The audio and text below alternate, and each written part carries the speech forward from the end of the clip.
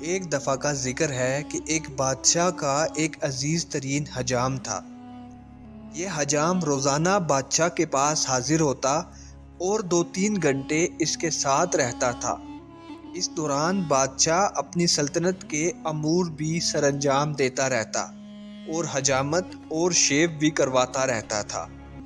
ایک دن حجام نے بادشاہ سے عرض کیا، حضور، میں وزیر کے مقابلے میں آپ سے زیادہ قریب ہوں اور میں آپ کا وفادار بھی ہوں، تو آپ مجھے اس کی جگہ وزیر کیوں نہیں بنا دیتے؟ بادشاہ مسکرایا اور اس سے کہا، میں تمہیں وزیر بنانے کے لیے تیار ہوں، لیکن تمہیں اس سے پہلے ایک ٹیسٹ دینا ہوگا۔ حجام نے سینے پر ہاتھ باندھ کر کہا، آپ حکم کیجئے۔ بادشاہ سلامت۔ بادشاہ بولا، بندرگاہ پر ایک بحری جہاز آیا ہے، مجھے اس کے بارے میں معلومات لا کر دو۔ حجام حکم کی تکمیل کرتے ہوئے دوڑ کر بندرگاہ پر گیا اور واپس آ کر بولا، جی بادشاہ سلامت، جہاز وہاں کھڑا ہے۔ بادشاہ نے پوچھا، یہ جہاز کب آیا؟ حجام دوبارہ سمندر کی طرف بھاگا، واپس آیا اور بتایا، 2 دن پہلے آیا۔ بادشاہ نے کہا، یہ بتاؤ یہ جہاز کہاں سے آیا؟ حجام تیسری بار سمندر کی طرف بھاگا، واپس آیا تو بادشاہ نے پوچھا، جہاز پر کیا لدا ہے؟ حجام چوتھی بار سمندر کی طرف بھاگ کھڑا ہوا۔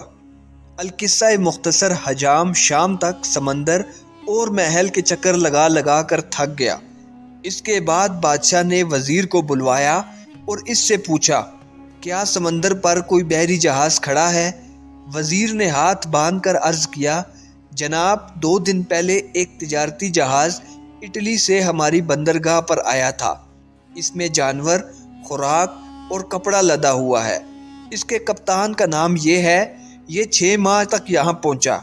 یہ 4 دن مزید یہاں ٹھہرے گا، یہاں سے ایران جائے گا اور وہاں 1 ماہ رکے گا، اور اس میں 209 لوگ سوار ہیں، اور میرا مشورہ ہے ہمیں بحری جہازوں پر ٹیکس بڑھا دینا چاہیے۔ بادشاہ نے یہ سن کر حجام کی طرف دیکھا۔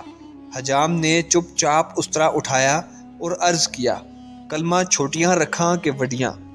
اس کہانی سے ہمیں یہ سبق ملتا ہے کہ جس کا کام اسی کو سانجھے۔ دوستو، اگر آپ کو یہ کہانی اچھی لگی ہو تو ویڈیو کو لائک کریں، ہمارے چینل کو سبسکرائب کریں اور اس ویڈیو کو دوستوں کے ساتھ لازمی شیئر کریں۔ شکریہ۔